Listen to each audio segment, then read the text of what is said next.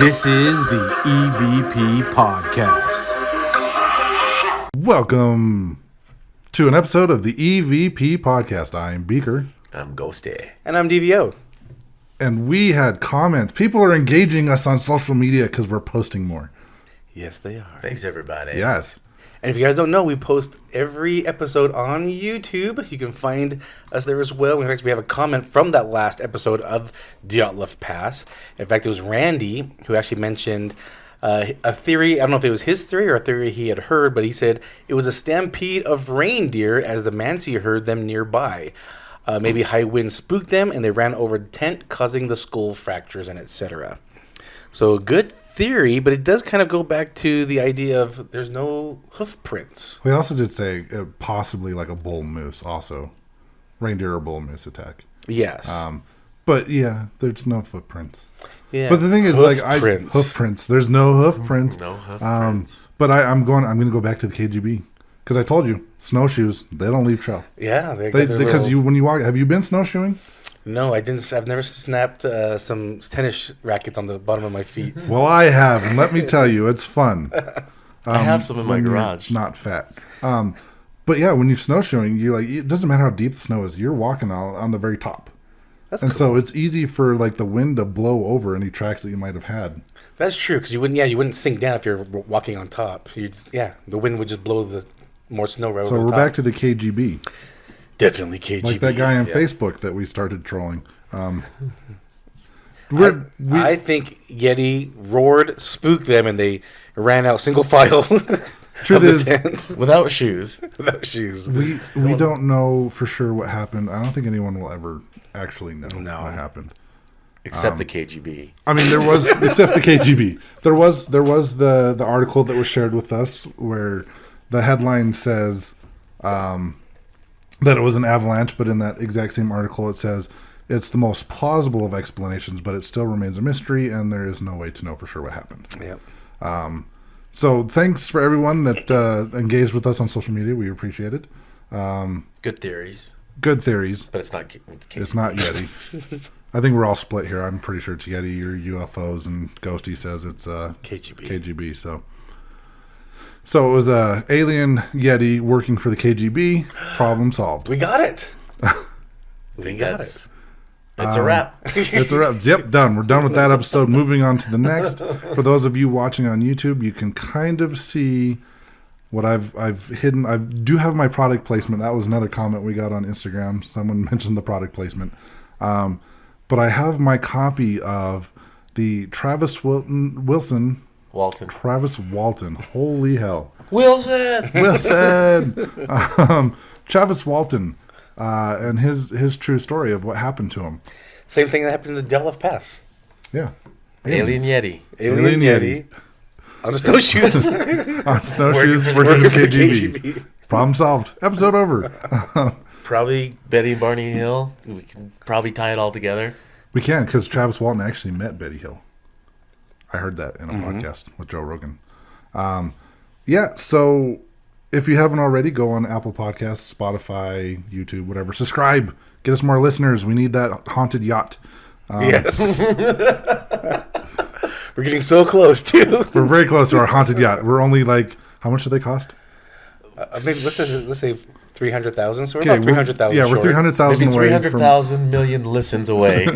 From our haunted yacht. But yeah, no, Travis Walton. So I talked about on my last episode that I was in charge of, Betty and Barney Hill. And I said there was 2 stories of alien abduction that actually makes me believe in aliens. And the first one, obviously, Betty and Barney Hill. This one here, Travis Walton, is the second one. These 2 are the most publicized cases. I think this one actually got more attention than the Betty and Barney Hill case did. Because of the movie Fire in the Sky. Definitely Not only helped. that, he had a search party. Yeah, sure. He had a search party looking for him. But maybe give a little bit background of who, if no one's listening has ever heard of Travis Walton, who is he? Oh, he's a guy. He's a guy named Travis. So he's a guy named Travis. He was just an ordinary lumberjack from Snowflake, Arizona. Snowflakes. Anyways. But he's no snowflake. He's no snowflake. He was 22 at the time this happened. Yeah. It happened on November 5th of 1975. And He was working in a crew of 7. I know the older guy, the oldest guy, was 28. His name was Mike. He was the project manager. And like his best friend. His best friend. I think he was actually dating Mike's sister as well. I think so. At the time.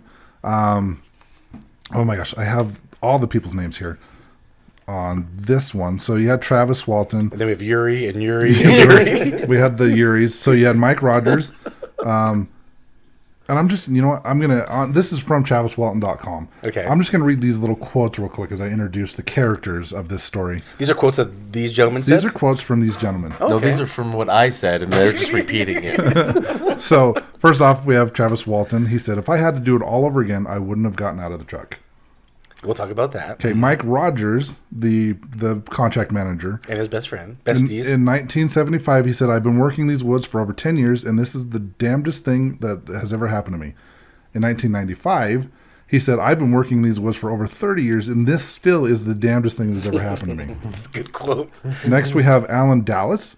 We couldn't believe that what was happening. The horror was unreal. Next, we have John Goulet. He says, I know what I saw, and it wasn't anything from this earth. We also have Kenneth Peterson. He said he saw a bluish light come from the machine, and Travis went flying like he'd touched a live wire. And then we have Steve Pierce. He said that that ray was the brightest thing I've ever seen in my whole life. And then Dwayne Smith, the UFO was smooth and was giving off a yellowish-orange light. And I believe all of these guys are still alive except for Dwayne and Alan. They both, I think one passed away in 2010, the other in 2018. But so what happened is, I believe actually that morning, he mentioned on the Joe Rogan Experience, he was actually arguing with one of the guys that morning about something and about Mike's sister. Mike's sister, actually, yeah. And he's like, hey, was telling Mike's sister, he's like, dump this guy, come be with me. So just kind of paint a little bit of a picture, like these guys weren't, I mean, they were friends, but they didn't always get along. They worked together. They worked together. They were chasing the same tang. Yeah. 2 of them were, yeah. Yep. Not Mike, though. It's his sister. That would be weird. Yeah. This isn't Alabama. This is Idaho. This is Arizona. Oh, Arizona, snowflake. Where it snows a lot. Yeah. So yeah, they're out there. They had this contract that they were working on. I don't know if you ever watched like that lumberjack show, logger show on I've never History seen it. Channel. No. Anyway, so when you're a lumberjack, you have to put in a bid to clear the woods, and whoever wins the bid gets the contract, gets to go out and do it, right? Mm-hmm. So they're about 80% done with this contract, and they're close to like where this all occurred, and I think they were done for the day. They were all just kind of, you spend all day, you're out there, you're cutting trees with chainsaws, knocking trees down. I think even to the point where, like, because of the argument, I think Alan actually tried to knock a tree over on Travis on purpose. I think that was in Fire in the Sky. Fire in the Sky, Yeah. based on this, we'll get into a little bit later. But I think, this is how pissed off this guy was. He actually tried to, like, injure Travis on the job site. So they get done, and I guess they're on their way home, and one by one, they all kind of start seeing this light in the sky, and so they pull over. And Travis even says, like, no one like really pointed it out. No one's going like, oh my God, what is that? But can I tell you why? Because though this area is known as maybe the second, so this is again Snowflake, Arizona, the second highest area for lightning and thunderstorms.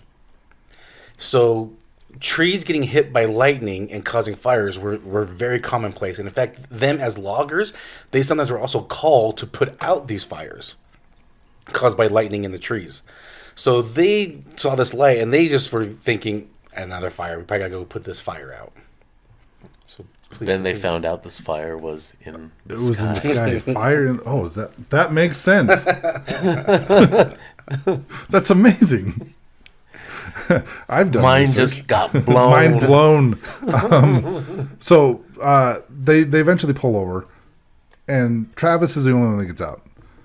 And they're seeing this giant spacecraft in the sky, probably about 100 feet away, I believe. And Travis starts walking towards it. Running towards it. He's like, what is this? And let me go see. His train of thought is like, I guess he thought he was going to scare it away or something. Yeah, I don't know. What would you guys do? I don't know if I'd run to If it. you see like some type, I don't want to say spaceship, but some type of mechanism, kind of there above the trees, giving off a light, would you run towards it? I'd be like, hey, Travis, go check that out. It's probably what it was. Get out there and go. You go look at it. You Like, Travis, get as close to that as you can. date my sister, will you? I have no idea. Like, I don't know what I would do. I know I wouldn't run to it. I know that because I'm an observer. This day and age, we'd So I all would probably just pull out our walk. phones and take pictures. I hope I would remember True. to do that. I hope I would. I would start Snapchatting it. Like, oh my God, I'd put me in it, take a selfie with it.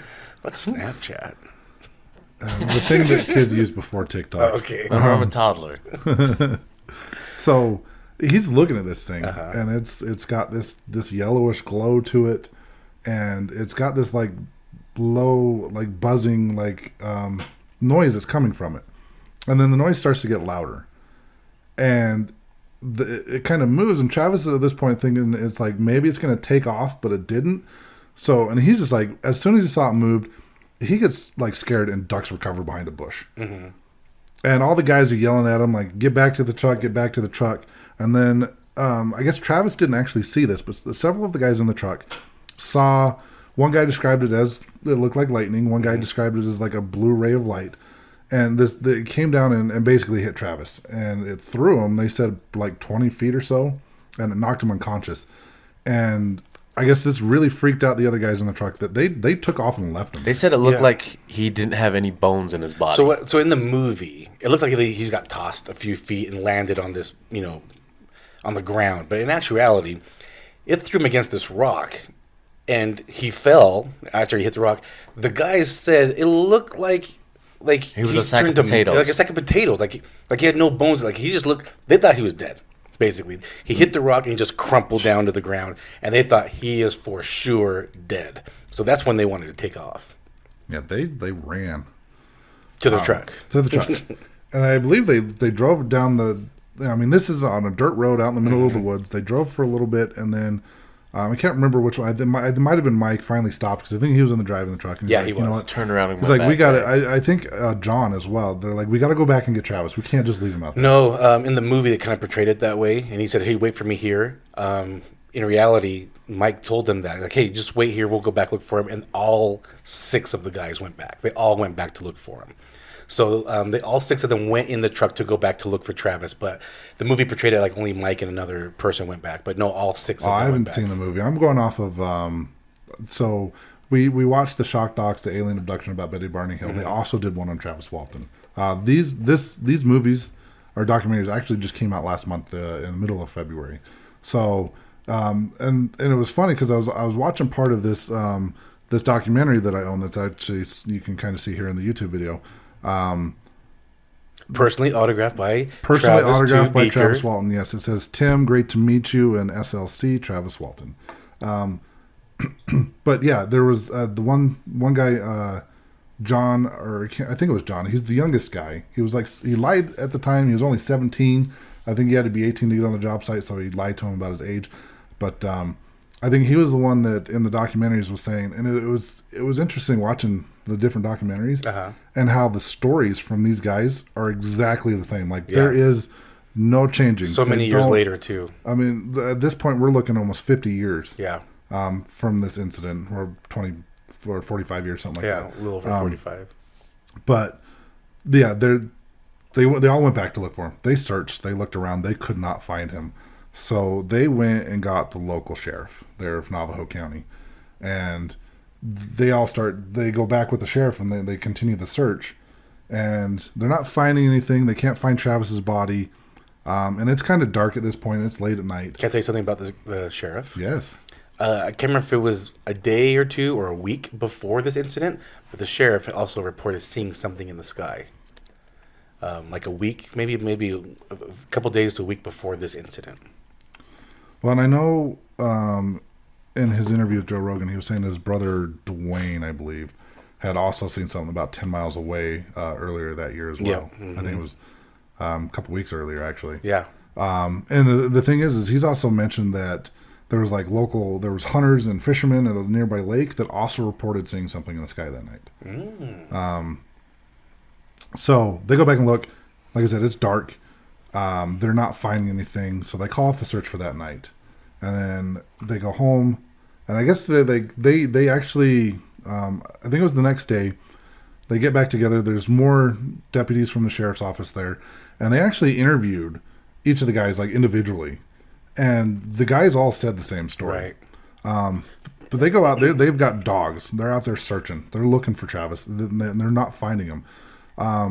It quickly becomes from a missing person to a murder investigation. Yeah. They straight up are these dudes murdered him and hid the body.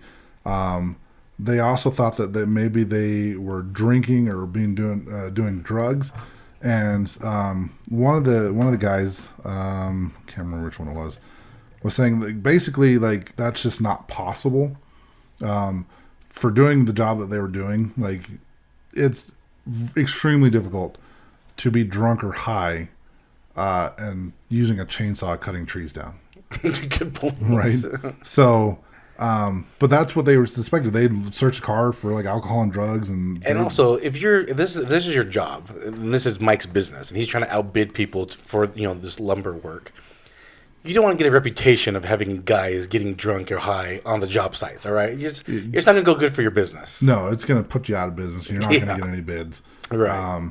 But yeah, that's one of the things that they thought, that these guys were drunk and high, making up this story about, the UFO picking up Travis. So they went straight to these guys murdered and hid the body. Even Travis's older brother Don, he was convinced that these guys murdered his body, Right. Murdered him. Well, I mean, what would you guys think in this situation? I would think of a logical thing. These guys, that's just an easy way out, trying to blame it on aliens. Right. And there's no facts of it or anything like that. So yeah, it's just all right. These guys obviously killed them. Well, I think Dwayne, Travis's other brother. So Don is the older one, the oldest. Was yeah, these dudes totally straight up murdered my brother. Dwayne was a little quicker to believe the UFO story because, like I said, He saw something. He saw something not that long before this incident happened. So yeah, they go to the murder. They're murder investigation. They're straight up wanting to arrest all 6 of these dudes, Right. for the murder of Travis Walton. I believe on day 3, I think they were doing the search again. There was some government agents wearing the black suits, the black ties. They didn't really introduce themselves to anybody or who they were. They just showed up and were just kind of part of the search and the investigation. And it's possible it could have been I know the government or the Air Force had that Project Blue Book that we talked about on the Betty and Barney Hill, that they did research on UFO stuff. And at this point, we already know the government has come out and said, we know UFOs exist, because they mentioned that with the Betty and Barney Hill stuff. So there was government agents there also looking into this. I mean, this case got huge attention. I mean, it went international quick. And there was reporters and stuff from all over the world that were showing up to kind of look into this case. Real quick, if the men in black were there, do you think they already knew that he was abducted? Probably. Or They're there just to kind of crowd control, make sure nobody thinks it's aliens. Could be. Maybe. I mean, or they might be in the area because they're scattering. They knew. They're scattering Travis Walton's scent so the dogs can. Men in black are real. But so yeah, so I think it was day 3. They sat each of these guys down individually and gave them all polygraph tests. Then they had several questions asking about, I believe, the work site, the lumber site, and all that. And then the final question was about the UFO. And all 6 of these guys passed the polygraph test, except for one. Dallin, well, not Dallin. I can't remember his name. The one he got in fisticuffs with? Yeah, Alan Dallas. Sorry. Alan Dallas. His results came back inconclusive, and the reason was, I guess, because they did these polygraph tests on him several times. Each session was 2 hours long, and I believe with Alan's polygraph, the wires came unplugged, and so it came back inconclusive. But I guess the first 2 times he took the polygraph, he passed. So all 6 of these guys basically passed the polygraph, and multiple times. Multiple times. And, you know, and the one guy on the documentary was saying, like, he could tell the guy that was administering the polygraph test, as he interviewed each person individually, the more he started believing that, yeah, these guys are, like, he couldn't officially go on the record Sure. and be like, these guys are telling the truth He about loses his UFO. job. Yeah. Because he's neutral. But yeah, I mean, he basically came back and said they passed a polygraph, but he unofficially said, these guys, they're telling the truth. He was abducted by a UFO. I don't remember much of what happened on day 4. But on day 5, so Travis was missing for 5 days and 6 hours. And total. I mean, and Alan, I mean, they actually got into an altercation that morning of the job site and during the. Well, yeah, the I'm sure abduction. if someone tries to drop a tree on you, Yeah, probably gonna punch. But him even in the face. I think even earlier in the day, because Alan had went to the girl and said, "Hey, you know what? Drop Travis." Travis confronted him about it. I think they got into an altercation. The whole tree thing. So I mean, Alan's having a hard time with his polygraph test because he's like, "I'm the prime suspect." Even his mom told him, like, they're gonna hang you up for this. Like, you're on the hook. This guy's missing. You had to fight with him. Like, even Alan's mom was like, "You're gonna be going right way for the rest of your life." Like, they really start believing that. He was pretty frantic about that idea. Yeah, Makes sense because they got to fight that morning. and then he earlier that goes day. missing. So I mean, The it kinda, same day, yeah. it kind of makes sense. So, like, you know, And in the movie, just real quick about the movie, they did make the character playing Alan look really douchey. He wasn't. They just got into a fight that day. Really, he was probably just a normal guy. Just the actor probably overdoing the part. They told him. I mean, the whole movie is a little bit over exaggeration of the real story, because in the movie they showed 5 guys instead of 7. Makes sense. And also in the movie, what do they do with that? Oh, the whole movie almost makes it look like, instead of an abduction movie, it makes it sound like a murder mystery movie. Like, the whole movie was really about these guys being on trial, is what it felt like, versus the whole story of Travis. I'm talking about the Fire in the Sky movie. So, I mean, I did like the movie, but I didn't like how it was mostly just centered around that. When I was like, hey, let's get to this good part. Travis in a possible spaceship. In a pod. But anyway, day 5. day 5. So this is like 10 o'clock at night. Travis's mom gets a phone call from Travis, saying he was in Heber, Arizona, which I don't know. I didn't look up how far away that is from Snowflake, but I can look. he was in a different city. He said he woke up in the middle of the street and was just wandering until he found a payphone, called home, like, hey, come pick me up. Here's where I'm at. Wasn't he bare ass naked too? No, he was still in the same clothes. Oh, he was. But in the movie. Oh, the movie he was bare ass. Yeah. Yeah, no, he was still in the same clothes that he was in when he disappeared. So they come and get him, and I believe that they called. I believe it's called APRO. It's some paranormal research thing that's there in. Real quick, it's about 31 miles from Heber, Arizona to Snowflake, Arizona. About 31 miles. So he traveled 31 miles on foot in 5 days. I can't remember the acronym for APRO, but it's a paranormal research organization there that's based out of Arizona, and it's one of the main or UFO research organizations, and they actually set up a meeting at a nearby hotel. They didn't tell anybody. You know, they were keeping this on the down low. APRO sent their trusted scientists and medical examiners to take a look at Travis. And when they examined him, there was a couple things that they looked for. One was they noticed that he was severely dehydrated, and they were saying he lost about 10 to 12 pounds. There were, I believe, no scratches or anything on his body. They even did some blood work, and they found no traces of alcohol or drugs in his system. So that kind of goes along to prove that these guys were not doing, or at least he wasn't. But I can guarantee you, none of them were, like we talked about with it'd be very difficult to do that particular job, drunk or stoned. There was I can't remember what comes in your blood. So like if you go so long without eating, your body starts going into the reserves, right? Yeah. It starts Eating itself. basically eating your fat or your muscle away to keep you alive. And then there's a certain chemical that shows up in the blood, and I wish I could remember the name of it, that shows up when your body starts doing this. Now, he'd been missing for 5 days, 6 hours. This was not in his blood at all, which was very unusual because after 5 days of not eating... And he is malnourished. He's malnourished. He's dehydrated. Like I said, he's lost like 10 to 12 pounds. That's not the sign of someone that's been well fed for 5 days. And he doesn't have a 5 o'clock shadow. He has a 5-day shadow. Yes. Yeah. I guess people they were trying to keep it on the down low that he was back. People quickly found out because I guess the operator, when he called... Because he called from a payphone. Yeah, he called from a payphone. This is in a year where there are payphones throughout the cities.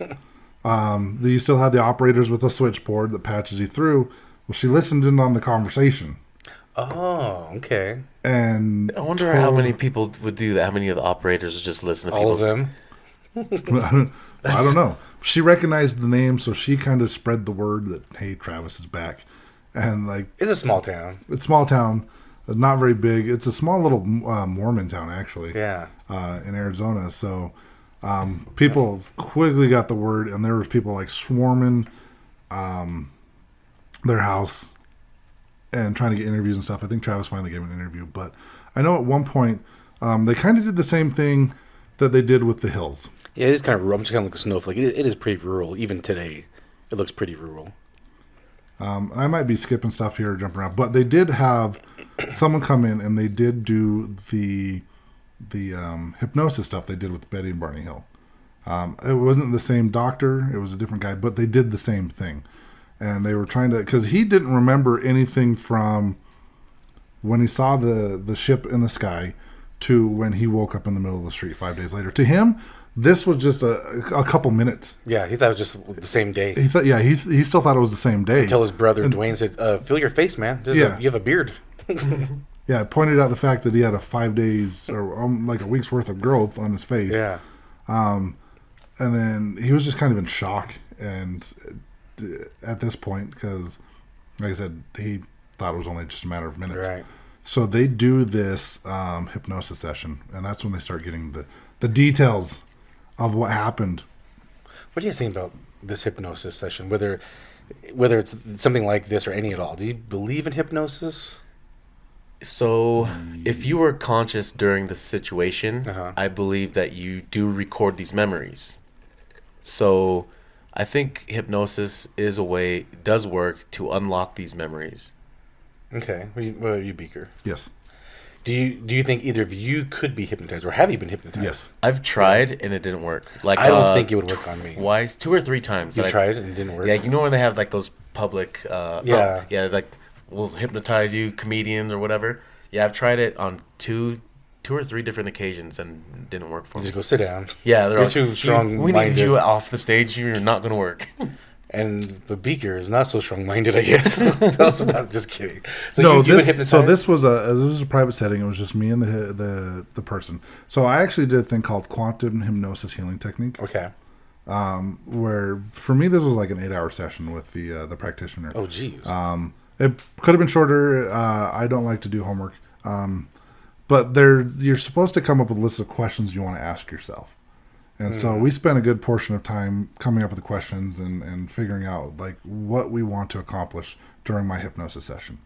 And the actual hypnosis session itself was probably an hour and a half, 2 hours. And I actually have that audio of the entire hypnosis session. I can share it with the two of you.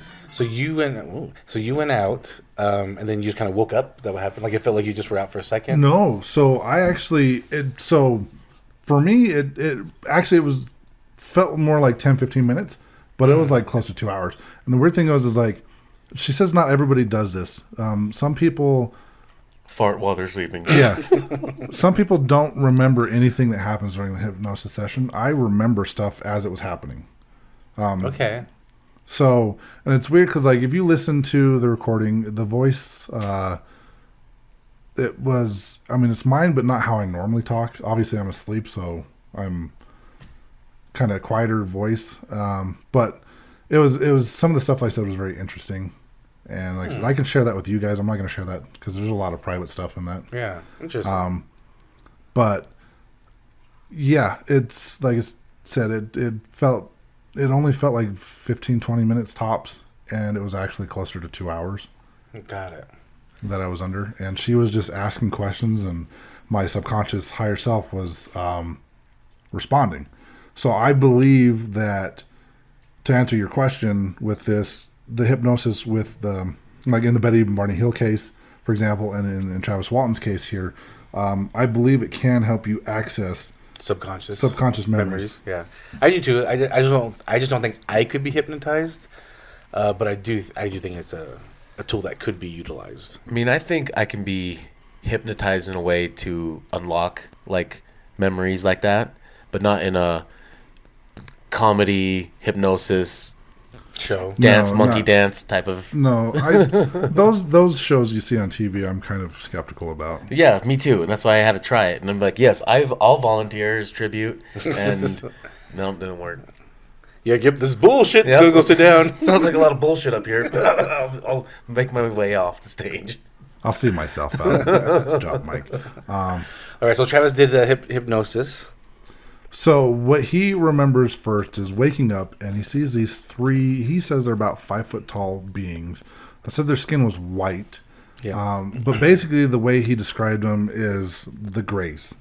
5 foot tall beings, large head, large eyes, like kind of small nose, small mouth, barely visible. Yeah, no body structure really. Skinny bodies, But these ones were wearing suits. No, that was Betty and Barney Hills were wearing suits. These ones weren't wearing suits. These ones didn't have suits. There was one later that was wearing a suit, but so the first three, no suits. They looked like the Greys, but they were white. The Greys, again, most common off-white. The Greys are the most common reports of aliens. And he had like some instruments on him. He didn't know exactly what was going on. He panicked and started fighting them off, jumped off the table. Kicked one in the face. Yeah. And then he grabbed something and just started swinging wildly at him as they were like coming at him. The only way out of the room was behind these three aliens. And so he's swinging and he's fighting for his life. And then all of a sudden, just for no reason, the three of them turn around and leave the room. And so he's like, okay, well, I got to figure out how to get the hell out of here. Mm-hmm. So he starts kind of exploring the ship, trying to find his way out. He gets to this room where there's nobody in the room. There's a single chair in the middle of the room. And he sees what looks like a projection of like star maps, is how he described it. And he gets into the room, he goes and sits on the chair. And on the chair, on the like right-hand side, on the arm of the chair, there's like this little panel that lights up. And he just saw lights, basically. He didn't know what it was. He assumed it might have been buttons or something. So he just starts pressing shit, hoping something will happen, hoping a door will open up. He can get off the ship. He's thinking maybe he's only like 25 feet off the ground. He can survive that fall, Yeah. He's just trying to get the hell out of there. Nothing's working. He gives up on that. So he's going to continue his search.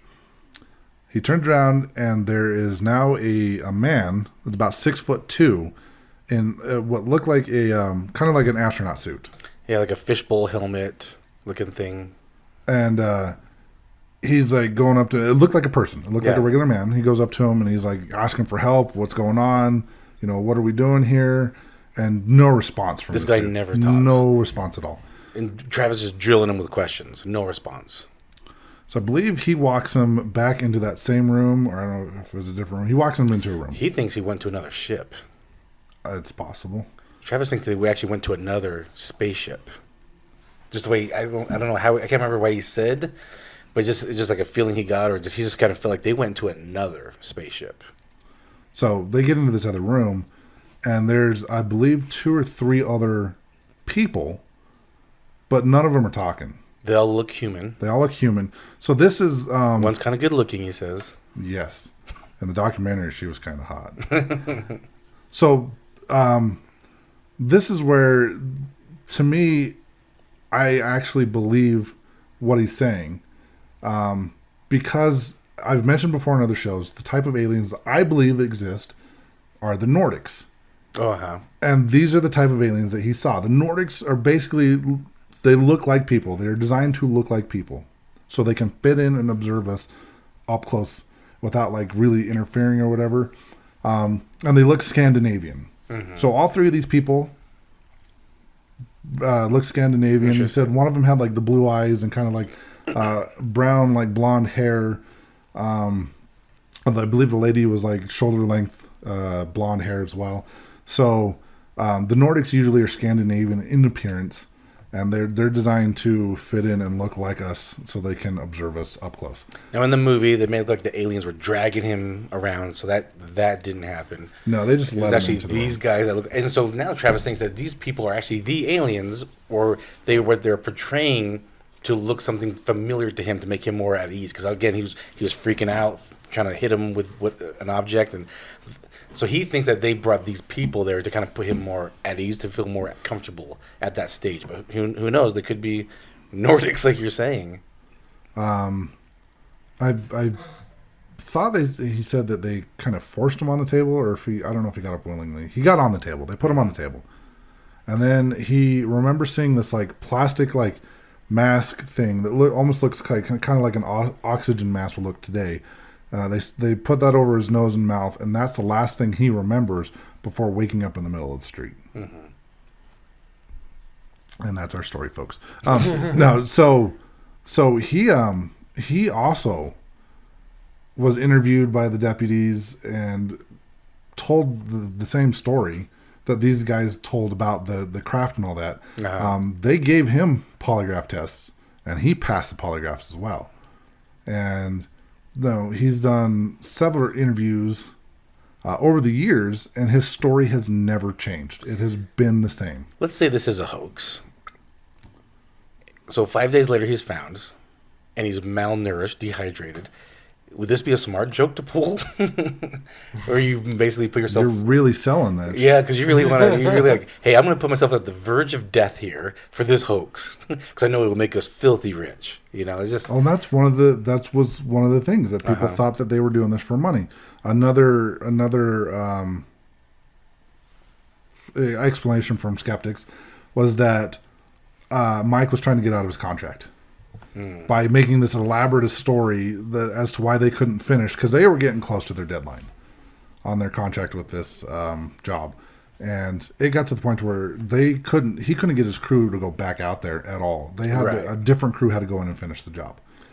Again, making up a story, again, from a business standpoint, making up a story like this was not going to help you get other future bids in the future. So if you have a reputation of your crewmen getting high or drunk, or you have a reputation of pulling off elaborate stories just to get out of a job, it's not going to help your business.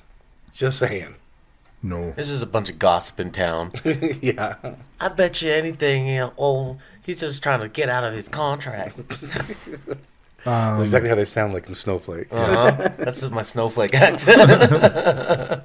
Yeah, people were quick to jump on the skeptic train, calling it a hoax and it was fake. I mean, I would too. We probably all And a murder. back then, and murder. I mean, murder at that time probably made the most sense until he shows back up. Yes. And then they're going like, okay, hoax. They're making it up to become rich. They're making it up to get out of their contract. And looking back at it now, that stuff just doesn't make sense. No. Like you said, from a business standpoint, it would ruin your business. Yeah. Making something, we don't want to hire these guys. They're just going to, if they can't get the job done, It's someone aliens, else is man. going to get it. Yeah, exactly. Keep blaming everything on aliens. There was one dude in particular. This dude's whole job was to disprove UFO and alien existence. His name was Philip Klass. It was his job, or just like something he likes to do? Like he got paid to do this? I think he got paid to do it. Because this is what this dude did. It was try to debunk UFO and alien abductions. And he was, I guess, the hardest on Travis out of everybody. He even went on and debated him on Larry King back in 91, I think it was. Interesting. I know. So in 1978, Travis wrote the Walton Experience, which is what Fire in the Sky is based on. That came out in 1993. I think it was actually 95, somewhere in there. That's when he did. I know he's been on Tucker Carlson talking about his experience, but he actually debated this Philip Klass guy, and Philip was trying to debunk it, saying like, "Well, there's no evidence of you being abducted," and Travis just kind of laughed on that Larry King interview, and he's just like. They're like, what's funny? And he's just like, I think that it's funny that you go to is that the lack of evidence is the evidence of lacking or something like that. Yeah. But this guy was like saying one of the things that like proves that he wasn't abducted or thrown is because he said I don't know what that static noise is. That's probably not on the recording, but whatever. So the fact that there was no bruises on his body proves that he wasn't thrown against the rocks. But then he also said because sometimes they'd line up pine needles and stuff in the forest to kind of do a controlled burn to get rid of them. Mm-hmm. He's saying the ground should have been covered by pine needles, which would have in turn softened the blow and not left bruises. So the guy kind of, I guess, was, according to Travis, was like contradicting himself in his argument against Travis, saying that it was a hoax. So this dude, like he was against it from the get-go. He came and did the investigation in 1975. When he was looking into it, said that Travis actually faked the polygraph and tricked it to pass, saying he did tactics like holding his breath at certain points or whatever. So, yeah. And then he was saying that the guy that administered the polygraph did it incorrectly and didn't know what he was doing. So this dude was like coming up with all of these things that basically he couldn't prove either to debunk this whole situation, saying it never happened. But in my opinion, I've actually met him back in 2018. Travis was here at an alien convention in Salt Lake City, and I spoke to him. That's actually where I got this documentary from and had him sign it. At the time, I'd never heard of him, didn't know who he was, but I talked to him for just a little bit. Did you ever talk to him? Because you were at the same convention, Ghosty. Yeah, I talked to him for a little bit. What was the impression you got from him? Well, they became besties. I think, I mean, he was very talkative. He was open to share his experience. I thought he was really sincere about it, and he was just like wanting to talk about it. And anybody that wants to listen to it, he was willing to share that with.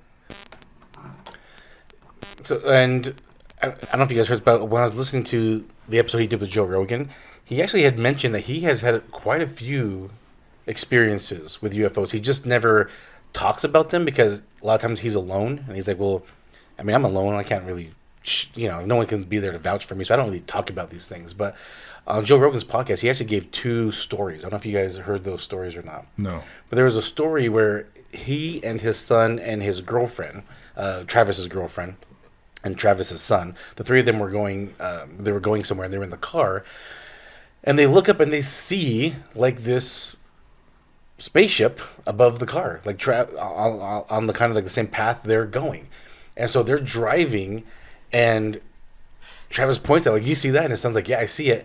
And Travis's girlfriend's in the back seat, so as they drive underneath it, she's in the back seat, so she's looking through the rear windshield, and she can see the spaceship as they're driving under it. And so that was just like another circumstance story. And then another time he was laying in bed, he was dead ass sleeping, and all of a sudden he woke up running down the hall of his house. So he went to bed, all of a sudden he wakes up and he's running down the hall, goes into his son's room, and I don't remember the circumstance with his son, but his son was, I don't know if he was young or little or something like that, but he was like he almost was being hung by like maybe the blind. I can't remember exactly now what it was, but he was like almost being hung by something, like the blinds, like his neck got kind of wrapped up in the cord or something like that. Just little then. Yeah, I think he was little, and so he ran in the door and found his son like that and hurried and saved his life basically. But he doesn't know why he woke up already running down the hall. That's crazy. Yeah, that is really cool. Yeah, so he kind of thinks they've kind of been in contact with him. So that's what they say too. When somebody's been abducted, it's usually like when they talk about it, it's either one, it's not their first time that they're actually going through it, or it just continues throughout their life as well. Because once they get fingered, there's a relationship there's a bonding there. Yeah, there's a scent that just. Yeah, well, I think I keep coming back here every week. After our old trip down Fingerbang Highway. Yes. You guys can't get rid of me that easy. So you've met him, I've met him. The guy seemed very sincere, very genuine. Like, I have no reason just the energy that he put off it doesn't seem like someone that's making something up. Right. And let's just speculate here and say he was making this up. Kudos to him for sharing the same story for damn near 50 years and not changing a single. And passing multiple polygraphs. And getting all his buddies in on it. Yeah. Right. And they're also passing all their polygraph tests. He must have Teaching paid all them of well. them how to The pass most polygraph. elaborate hoax in the history of UFO abductions. Like, no, this dude, in my opinion, straight up telling the truth. This shit happened to him. You know, I've seen documentaries with him. Like I said, I rewatched the episode of him on John Rogan as a video.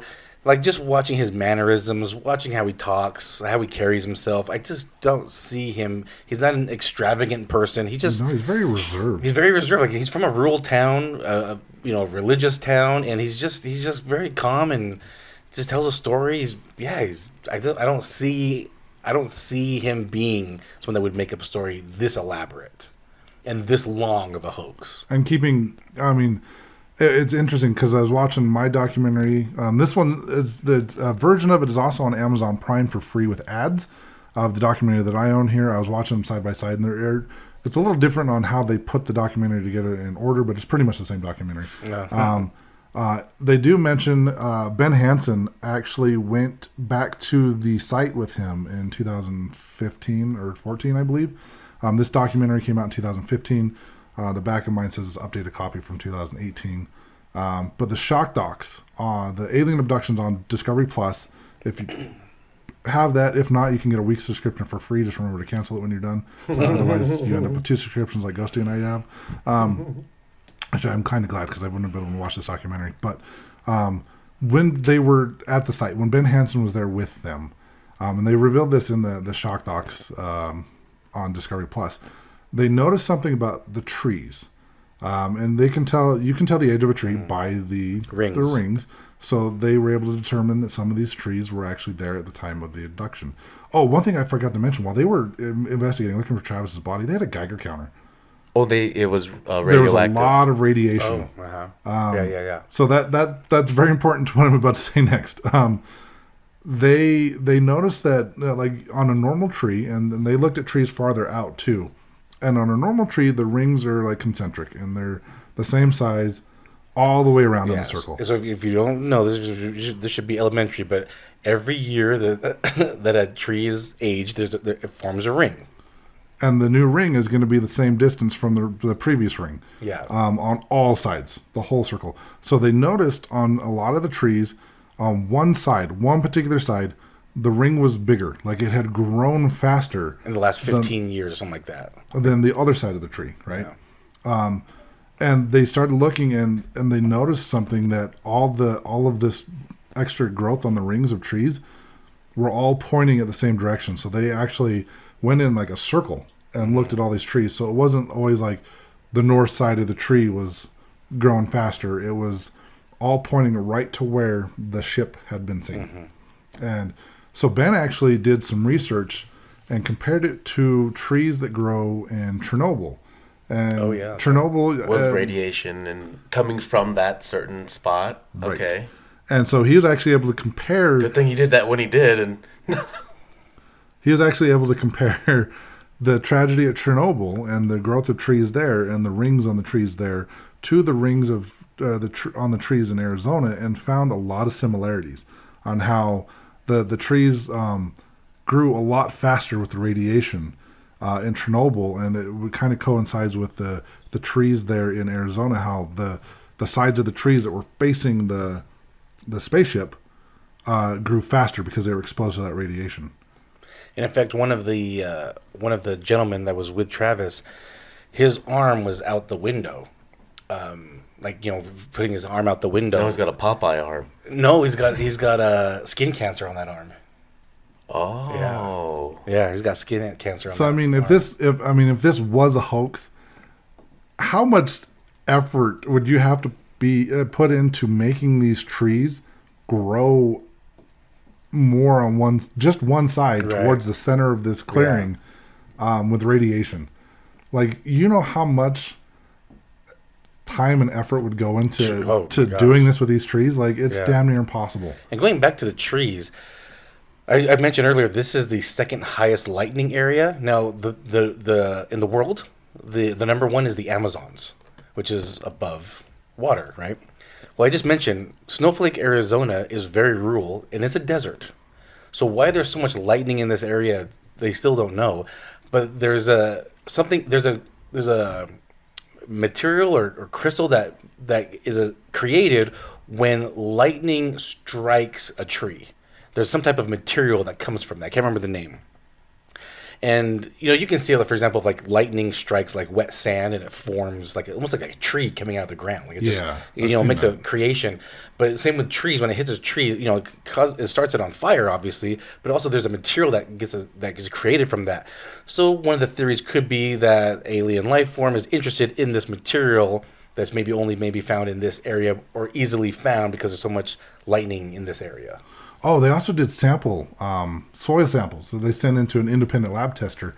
And then the samples that they got from the epicenter of where it went down, compared to, like a mile or so away, soil samples, there was a lot more iron and a lot of more like phosphorus materials in the soil sample from where it happened as opposed to the control samples that wasn't present. So and this is like it was almost like a giant magnet had pulled the iron to the surface of the soil. So I mean, just the stuff that Ben Hansen has found and they recently released in these documentaries is just more evidence, in my opinion. And this is what 40-something years later. Yeah. Okay, we're looking at 45 years later. Yeah. This evidence that Ben Hansen is providing and finding is just, in my opinion, more proof that this dude actually went through this terrible experience. Yeah. Like, he wants to forget it. Like, he hates. I mean, he mentioned it on Joe Rogan. Like, he doesn't want to remember this. It's just not something that you can forget. Yeah, right. So, I've recently thought of some half-baked idea. Okay. Are you going to be the skeptic of this episode? No. I'm the one that doesn't believe in aliens. This was an awesome idea I came up with, but then I branched off and thought of, holy shit, UFOs probably use the same for their liftoff and everything, for their way of motion through the sky. What do you guys think UFOs are using to propel themselves? Magnets. And how? I don't know. Thermodynamic thrusters. So magnets, yes. I have no idea. This is the theory I have, because I was thinking about a cool new way to propel my kayak in the water. Okay. And I was thinking, okay, you're an alien. I'm an alien, and I should know this already. So, you guys are like, aliens exist. You're sitting right next to two of them. So when you've seen these things when they like it's in a bowl and this or whatever, an object is hovering above this thing and you can spin. Yeah. And it's because it's opposite end magnets or same magnets, and they're propelling each other. Well, that's what's causing that to levitate. Now, on my kayak, I was thinking, what if I had opposite or the same side magnets, one behind my kayak on a wheel, and then one on my kayak, and I get something to spin this magnet so it constantly goes near the kayak one, and it pushes the kayak. I'm like, holy shit, what if this is what is propelling aliens? Because now that you have this magnet, you can change directions of which way you want to propel yourself. And depending how fast you're spinning this other one, it will keep pushing it. So if it's spinning it, I don't know how many rotations, multiple light years at a time, that's how fast it's going. It's going to propel you that fast. It's an idea, but I don't know. We need engineers to put it together. Well, I think Bob Lazar has somewhat of a similar theory. That's kind of where I came up with when I gave my answer right now. I think Bob Lazar has some type of theory like that. I've heard that name before. So Bob Lazar has a show on Netflix. He was in charge of at Area 51 of engineering, or how do you say it? I don't know. Reverse engineering. Reverse engineering spacecrafts that have been found and are sitting in bunkers at Area 51. Oh, and in case you've been living in a hole the last 2 years, the government in the U.S. have officially announced UFOs exist. Well, they've released videos that they have and all that, Yeah, so, it's a thing. It's real. So, I don't know, that was just a theory that I came up with as I was thinking of ways to propel my kayak. You know, it makes sense, but I don't know why it would cause like that amount of radiation. Well, okay, imagine what I just said, and then you add radiation to it. Now you're going light years. I do. I mean, I know it's possible to travel using magnets because of the bullet trains in Japan. Yeah, and how fast are those going? Like 200 miles an hour. And then now they're thinking about creating one that goes from like L.A. to New York and getting there within 45 minutes, going 600 something miles an hour. So I know that, I know from personal experience that magnets can put off energy. I have some EM pumps that I built. I looked up online how to do it for the paranormal investigations. If you don't know what an EM pump is, it's basically a device that's putting off electromagnetic fields that spirits supposedly can feed off of, and it makes it easier for them to communicate with you. So we took the instructions that we found online and decided they weren't good enough, and we went more out with it went all in, basically. I bought 4 magnets for one EM pump when basically it was only asking for 2. And then we epoxied these. We got a piece of steel and epoxied the magnets to the piece of steel. And then we got just a fan motor and put it in this box that I got from Radio Shack, rest in peace. And we connected it with a switch, we soldered it and everything. We built this. The box I got was too big, so I don't really use them as much, because if you're trying to conduct an EMF or EVP session, all you're going to hear in the recording is just a loud humming noise. We tried to weigh one down with foam and pennies, and that one works a little bit better. But basically, one of my friends was going to school for being an engineer at the time. I have an actual friend a friend that's an actual engineer. But they were the guys that were helping me make this were just kind of blown away by the fact that this worked, because I have my K2 meter and I turn it on next to the EM pump before it's not doing anything, and nothing, no reading on the K2 meter. Second we turn that on, K2 meter spikes red, and we were able to determine that this was throwing energy from this little box that I have about 3 feet circumference, and a sphere, if you will, around it. Oh, nice. That's cool. With the K2, you can measure it. Yeah. You guys are talking too nerdy for me. Let's talk about something cool. Finger banging. So would you let an alien take you up and finger bang you? Well, science that's is what not they do. cool. Is it gonna? It is very cool. Well, obviously they're not even taking you to dinner, so rape. Clearly, yeah. yeah. So it sounds like rape. They didn't feed. They somehow gave him nutrition, but they didn't really feed him that well, because Giving them Ensure. 10 pounds lighter. Ensure. Boost. Slim fast. But yeah, so I think it's entirely possible that that's how they propel themselves. I would say within the Earth atmosphere. I don't know if it would work in outer space. I haven't really studied space exploration that much, but I think it is possible to create some kind of hovercraft or hover using magnets. I would like to test this theory with an engineer that knows how to create this and make something move fast enough to keep propelling something straight up just off of magnets. That would be pretty dope. Just to see if it works. So I'm just giving out free ideas. If aliens came down and said, "Hey, we want to take you on an adventure," would you go? I mean, we might do a little bit of finger banging, but just for them test results. But then you can hang out with us. Am I going to remember it, or if they're going to erase my memory? If can they're going to remember. erase my memory, You can remember. why is the point? We might drop you off 30 miles away from home, but you'll And if remember. they they forget made anything, there's Uber. always hypnosis. Uber. Would you do it? Ghosty has a Tesla. He can come get me. After I get Finger finger bang banged you? by the aliens, I could charge his car. Yeah. Yeah. Just sit in it. Might give me skin cancer, but It depends on. I mean, if they wanted to be like, Grays show up.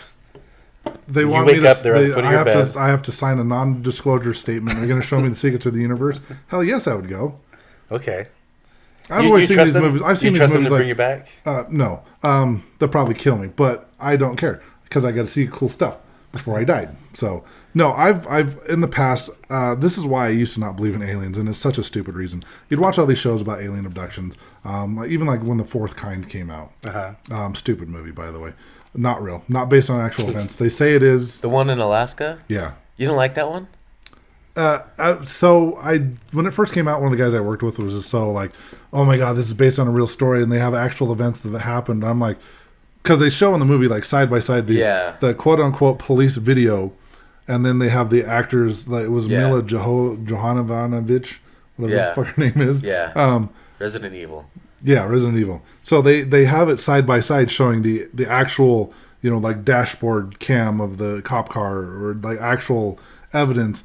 And this guy's like, no, that's real stuff that happened. And I'm like, dude, they're reenacting it quote unquote reenacting it with like Hollywood actors, what makes you think they couldn't have just put unknown actors that no one has ever seen before and film the same scene with the same script that they're using? So, I mean, it was an interesting movie. I think it's pure fiction. But the thing is I used to, like, when I was a kid, I'd be like, if aliens are real, then you should come and abduct me and show me you're real. And, you know, they probably might have at this point, and I just don't remember. Let's hypnotize me and see if I've got alien remembering. That's not a word. Memories. Thank you. Myself. How about you, Mr. McGhostface? If aliens came down and said, hey, we're just going to finger bang you a little bit, but then listen here, we're going to go take on a tour. Here, bud. If anyone's going to get, or if anyone's doing any finger banging around here, it's me. He's actually saying use 3 fingers, please. Then let's see how big your knuckles are first. Then we're going on a space trip. Would you go? Like, I've been going on space trips, bro. But into your galaxy. so if it's me going into Uranus, that's the only party I'm going to. Yes. If I was single, I might be up for this adventure. If they could black out like the finger banging part and just show me the universe, that'd be great. Like we could erase that part, but we do need to finger bang. You know? Yeah, just wipe it from my memories. Things we have to do. Like, they're gonna wipe that. But first, we're going to turn you out. Wipe it from my memories. I'm good to go. And then we'll take you on a dinner date. They're gonna show you one of those what the gynecologist little beaks. They're like, hey, beaker, have you seen one of these? Yep. Erase my memory of that part. It's gonna be talking to you. No. So Travis Walton, fire in the sky. I believe it. I believe it. Fake. It was a hoax. He put himself near death just for this hoax. Just to entertain us. So. Yeah. All right. Well, should we call that an episode, guys? No, it's real. This happened. No doubt in my mind. 100% true. All right, That means guys. aliens are true. Alien finger banging me? Don't go see. Don't play that. Peace out, butterflies. Bangarang. This is the EVP Podcast.